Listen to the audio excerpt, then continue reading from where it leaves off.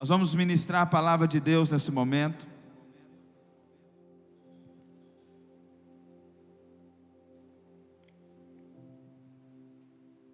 Você que está com a sua Bíblia, seja no tablet, no celular, Isaías 53.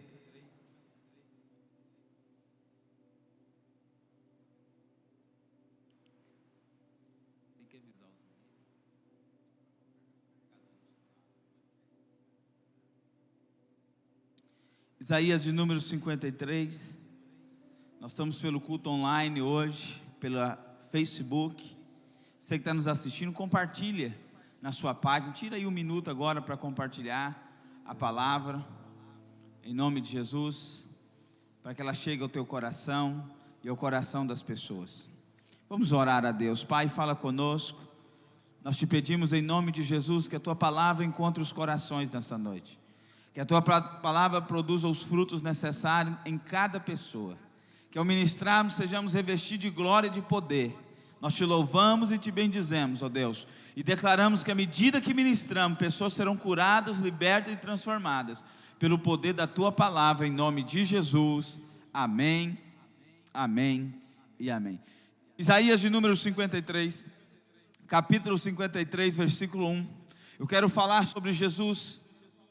Esse capítulo de Isaías 53 é um capítulo messiânico que aponta a Cristo, que fala de Cristo. Jesus é o centro do Evangelho, Jesus é o centro da palavra, Jesus é o centro de todas as coisas. Eu sei que o humanismo, ele vai dizer que o homem é o centro de todas as coisas, mas isso é uma mentira. Cristo é o centro de todas as coisas. A Bíblia diz que tudo foi feito por Ele, para Ele e sem Ele. Nada do que existe viria a existir. Ele é o centro de todas as coisas. E o profeta Isaías, tomado pelo Espírito Santo, ele vai começar a descrever o sacrifício de Jesus, a obra redentora e salvadora de Cristo. Ele começa dizendo quem deu crédito à nossa pregação e a quem se manifestou o braço do Senhor. Essa é uma pergunta: quem deu crédito à nossa pregação? A quem se manifestou o braço do Senhor? Presta atenção. Todo o Velho Testamento, toda a Bíblia, ela aponta para uma pessoa. Alguns dizem, não pastor, o que vale é só o Novo Testamento. Outras dizem, é só o Velho. Não, a Bíblia diz que toda a Escritura é inspirada por Deus. A grande questão é a ótica, é os olhos que nós estamos enxergando. É a hermenêutica por detrás. Nós precisamos encontrar Cristo em toda a Bíblia, porque toda a Bíblia aponta para Cristo. De Gênesis a Malaquias, está apontando para Cristo, está falando de Cristo. Lá no caminho de Emaú, quando Jesus está com os dois discípulos, ele começa a descrever de Moisés, ele começa a falar do Velho Testamento, sobre ele, porque toda a Bíblia fala de Jesus. Se você quer receber vida, você tem que pedir ao Espírito Santo para te revelar Jesus em cada capítulo. E a Bíblia diz a quem manifestou o braço do Senhor. Sabe, irmãos, essa é uma palavra de incentivo ao seu coração que prega o Evangelho. A quem creu em nossa pregação. Eu sei que às vezes nós pregamos e parece que as pessoas zombam, não dão crédito. Eu sei que um período como esse, um período de pandemia, muitos se voltam para Deus porque entendem o quanto o homem é frágil, o quanto o homem é limitado. Mas é para você não se intimidar e pregar o Evangelho. Quem creu em nossa pregação. Podem zombar, podem rir dos nossos princípios, da nossa conduta, mas nós permanecemos inabalável, porque sabemos que tudo que está escrito se cumprirá. Nem uma vírgula, nem um tio será arrancado. Porque a palavra de Deus, e quem zela pela sua palavra é o próprio Deus. E no versículo 2 diz assim: porque foi subindo como renovo perante ele, como raiz de uma terra seca, não tinha beleza nem formosura. E olhando nós para ele, não havia boa aparência nele, para que o desejássemos. Presta atenção. A Bíblia diz que não havia beleza nem formosura em Jesus. Lá na cruz, o corpo de Jesus foi tão dilacerado, as suas costas, seu braço, a sua cabeça. A Bíblia está dizendo nele não havia nem beleza nem formosura que desejasse. Sabe, irmão, quando eu leio esse texto de Isaías, o meu coração começa a entrar em desespero pela humildade de Deus. Você tem noção do que é ser servido por anjos, querubins, serafins, arcanjos? Você tem noção de ser o Senhor mais poderoso do universo? Ele é servido por todos, Jesus, mas Ele abre mão da sua glória. Ele vem para a terra, se encarna no ventre de uma mulher, anda pela terra, passa as necessidades que nós como homens e mulheres passamos, sem precisar, porque em qualquer momento Deus poderia destruir a terra, reconstruir a terra, destruir a terra, reconstruir a terra, mas Ele se esvazia, Ele assume a forma de homem, para morrer pelos homens. É como se você assumisse a forma de um verme, para morrer pelos vermes, e mesmo assim os vermes te rejeitarem. Nele não havia beleza ou formosura. Jesus não era uma pessoa excepcional, humanamente falando, natural, de beleza, de formosura. Era como eu e você. Andava com pecadores, com publicanos, comia e bebia. E Ele se esvazia da sua glória. A Bíblia diz, mesmo sendo como Deus, não usurpou o ser Deus. Antes a si mesmo se esvaziou, assumindo a forma de homem, e assim humilhou. E Ele fez tudo isso por você. Jesus se humilhou, porque nós que éramos humilhados, pudéssemos ter dignidade hoje. Jesus morreu, para que nós que estávamos mortos, pudéssemos viver novamente.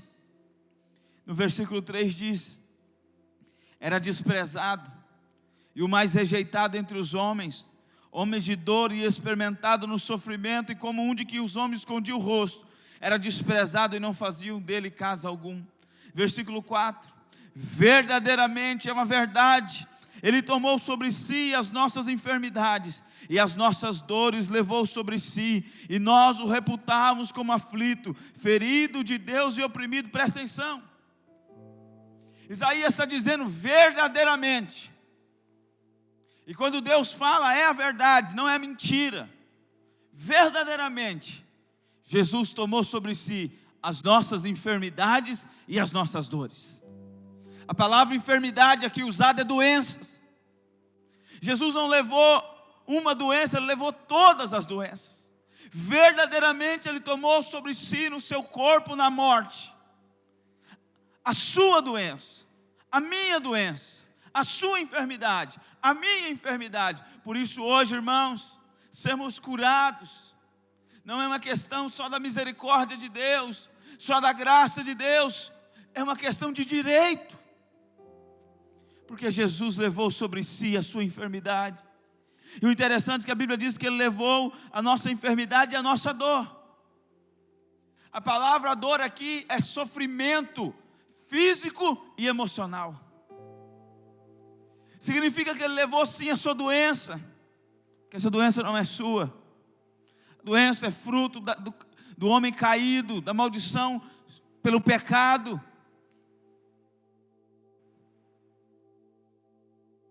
Ele levou sobre si a sua doença, mas também levou a sua dor. Ele levou o seu sofrimento. E significa que você não precisa mais ficar depressivo. E significa que você não precisa mais sofrer as doenças da alma, como estresse, pânico. Porque Jesus não só levou a doença física, Ele também levou as doenças emocionais. Ele levou esse medo do amanhã, Ele levou esse medo de ficar sozinho. Por isso Ele disse para você: eis que estou convosco todos os dias até a consumação do século. É por isso que Ele te disse: ainda que uma mãe se esqueça do filho do teu ventre, eu, Senhor, jamais me esquecerei de ti. O que Ele está dizendo: eu curo a sua enfermidade, a seu problema físico, mas eu também levei a sua dor.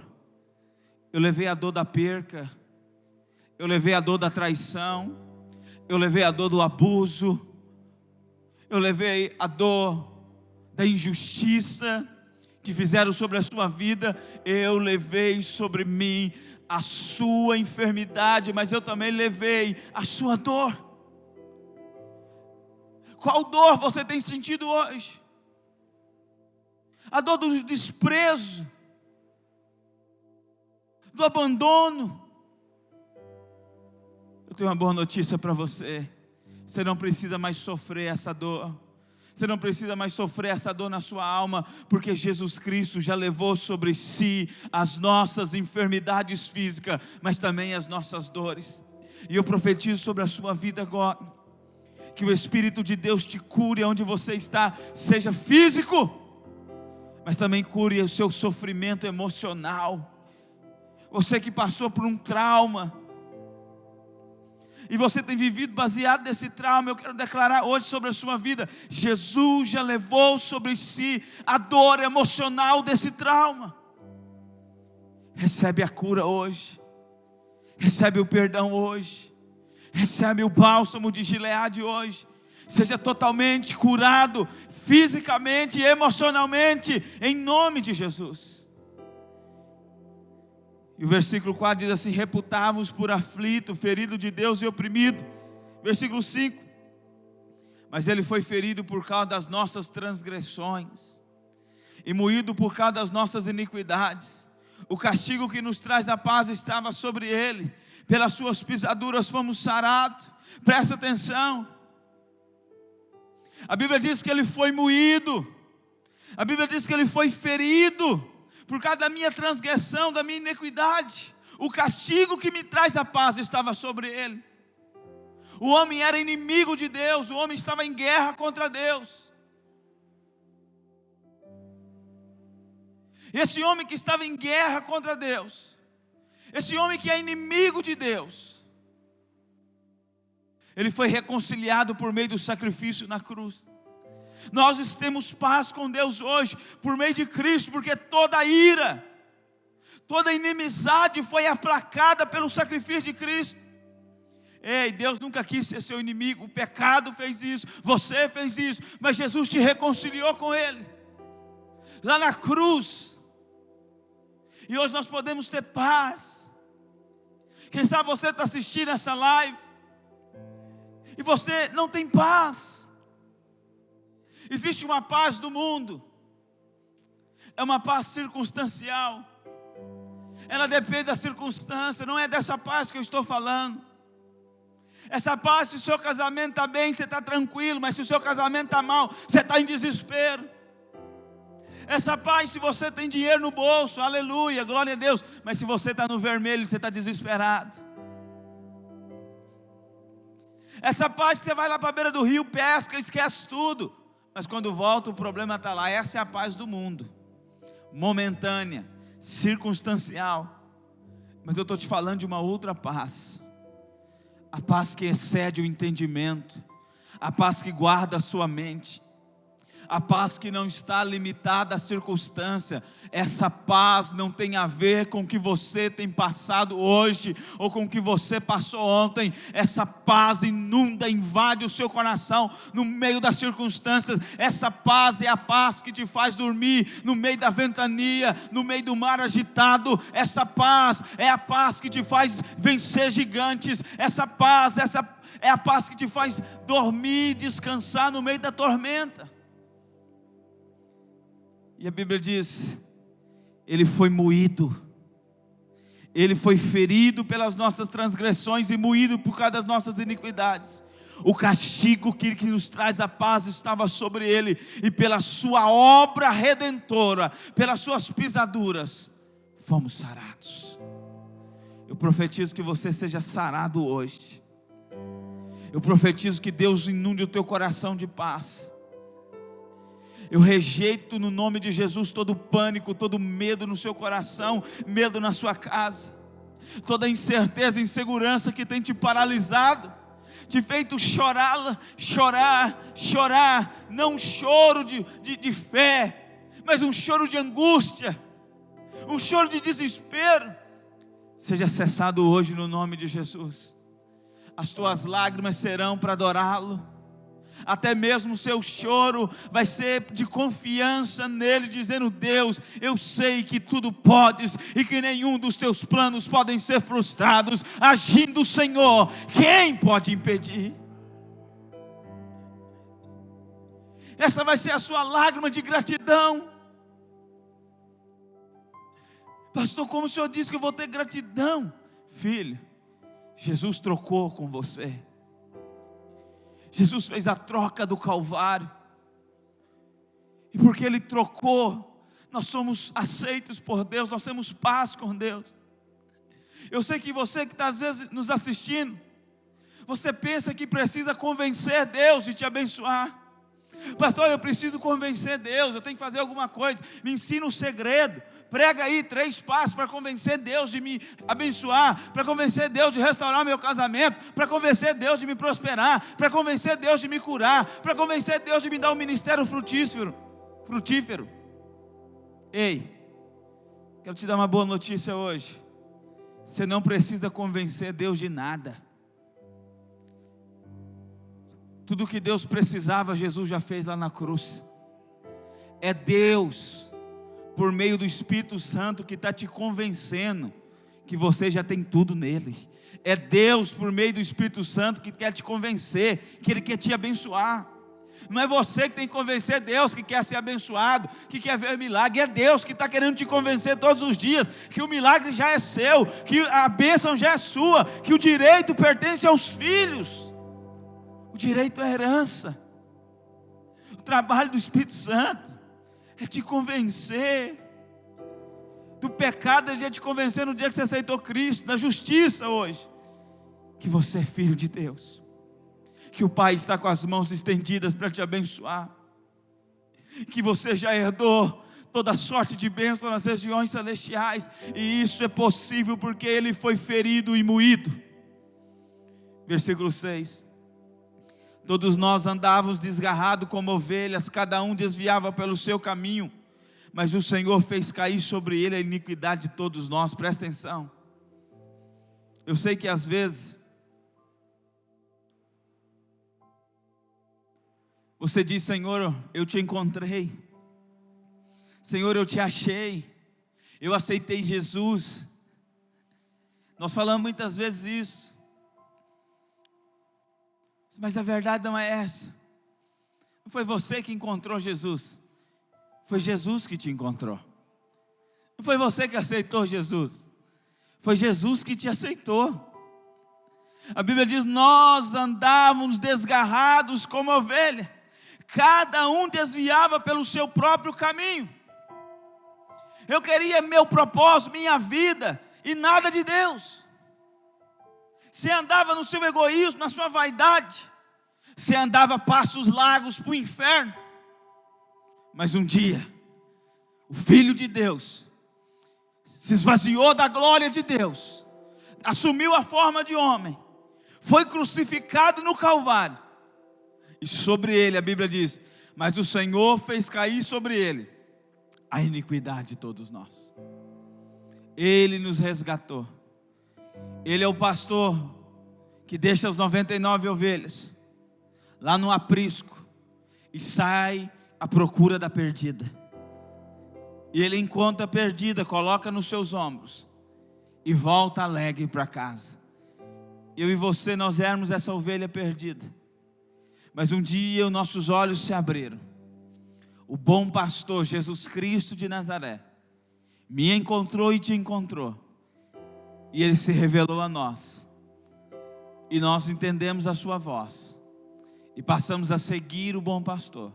Mas não foi você que encontrou Deus, foi Deus que encontrou você, foi Jesus que encontrou você, e Ele pagou o preço por você. Eu não sei qual é o estágio espiritual que você se encontra, fervoroso, frio, morno. Mas eu quero te dizer que o bom pastor, ele sempre está atrás da ovelha perdida. Quem sabe você que está nos assistindo, seja o dia, a hora, você está no lugar certo, na hora certa e assistindo a live certa. Essa é a hora de você reconciliar. Pastor, eu tenho vergonha dos irmãos, tenho vergonha de Deus. Ei, quando você voltar, o que o Senhor vai te dizer é como no filho pródigo: manda trocar as roupas, porque o meu sangue lava ele. Devolve a sandália, porque eu estou devolvendo o ministério. Coloca o anel no dedo, porque eu estou devolvendo a autoridade, que ele é filho, ele é herdeiro, ele tem o meu símbolo no anel. E vamos para a festa, porque tem um boi gordo, boi cevado te esperando. O teu Pai, que é Deus, por meio de Jesus Cristo, te reconciliou, está de braços abertos te esperando hoje. E o versículo 7 diz: ele foi oprimido e afligido, mas não abriu a boca, como um cordeiro levado ao matadouro, e como ovelha muda perante os seus tosqueadores, assim ele não abriu a boca. Uau! A Bíblia diz que Jesus foi como um cordeiro morto, mudo, indo para o matadouro. Eu sei que às vezes você vê um filme, né, vê as pessoas lutando, Satanás lutando contra Jesus, para tentar matar Jesus, pessoas lutando contra Jesus, para tentar matar Jesus, mas essa não é a verdade. O dia que Pedro foi defender Jesus, cortou a orelha de Malco, Jesus falou: Pedro, para com isso, você não entendeu nada. Se eu quisesse agora mesmo, 12 legiões de anjos estariam aqui. Ninguém tira a minha vida, ninguém tem poder de tirar a minha vida, eu a dou livremente. Eu sou o cordeiro, eu sou aquele que Isaías, que Jeremias, que Malaquias profetizou. Eu sou o renovo de Davi. Eu estou vindo para morrer. Eu sou o cordeiro da Páscoa.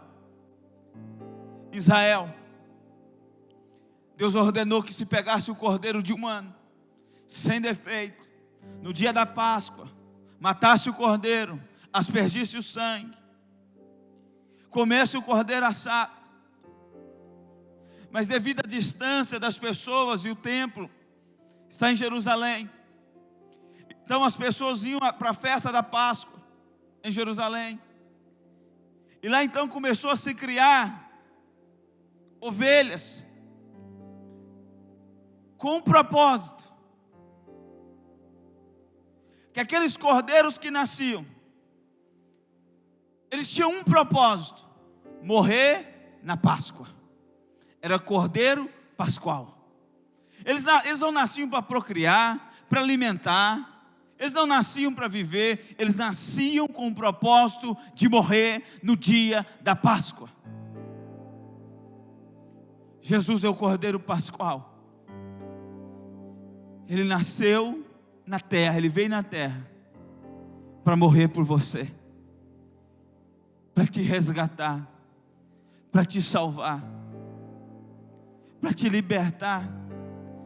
Por isso é muito sério quando nós negamos o sacrifício, quando nós dizemos: pastor, o meu pecado é muito grande, pastor, o meu vício é muito grande, pastor, o meu problema é muito grande. Grande para quem? Se for para mim, sim, é grande. Se for para você, sim, é grande. Agora, se for comparado a Cristo, a obra redentora e salvífica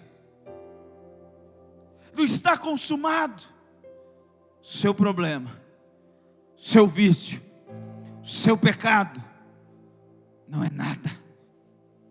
Por isso está escrito: tudo posso naquele que me fortalece.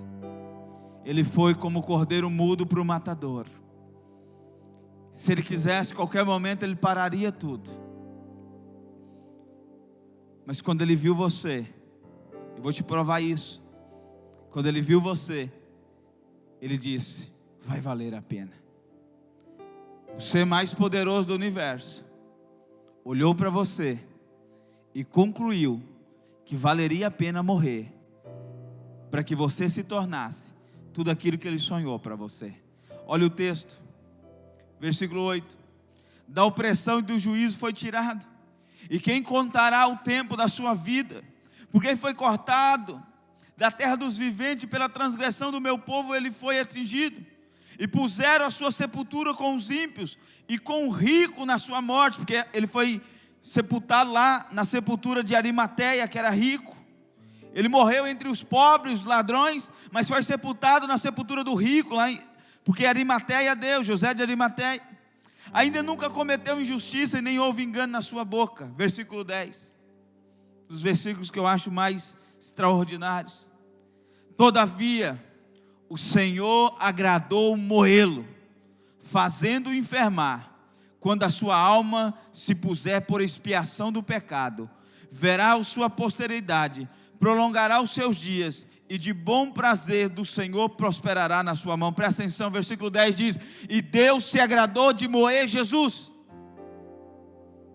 Quando você lê isso em Revelação, você diz: meu Deus, Deus é masoquista, sadomasoquista. Ele se agradou do sofrimento de Jesus, porque está escrito: Deus se agradou de moer Cristo. E porque Deus se agradou de ver Jesus enfermar, de ver Jesus ser moído, porque Deus sabia o resultado daquilo, Deus sabia o que implicava aquilo. Se Jesus foi moído, você não vai ser moído. Se Jesus se transformou em alguém enfermo, você pode ser curado hoje. Se Jesus foi amaldiçoado, você se tornou abençoado, filho. Se Jesus se fez pobre sendo rico, você que era pobre pode se tornar rico.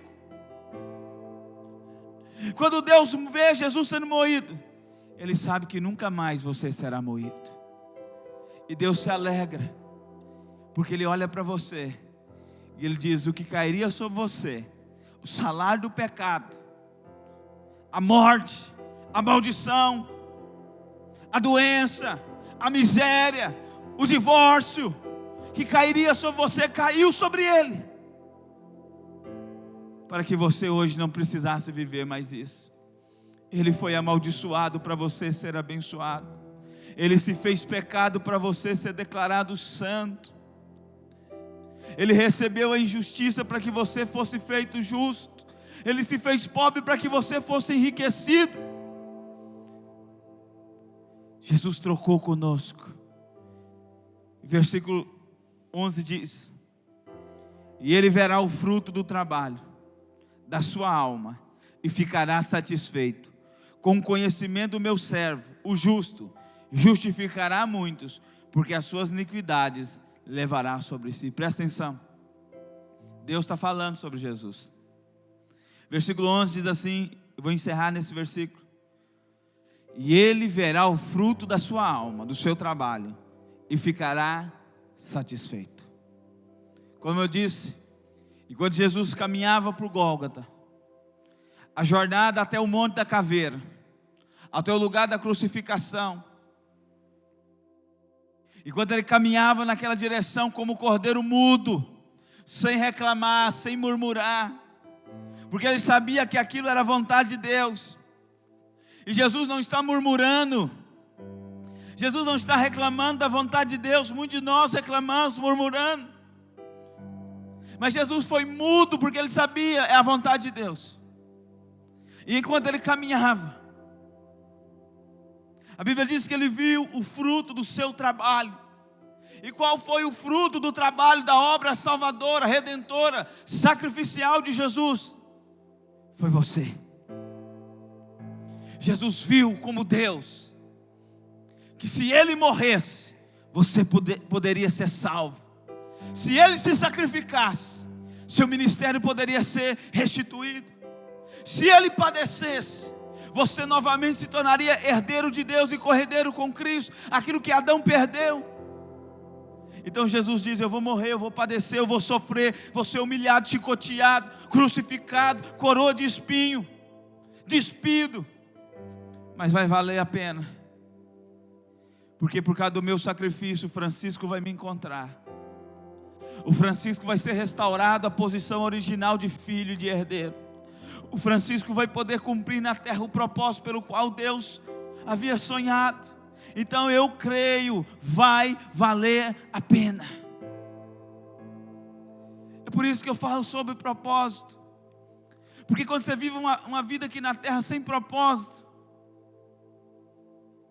quando você passa aqui na terra achando que você é um Zé Ninguém, que você é mais um entre 7 bilhões, ou um grão de areia no universo, como muitos dizem. Filho, o seu valor está relacionado ao sacrifício que foi feito. Você não é um grãozinho no meio do universo.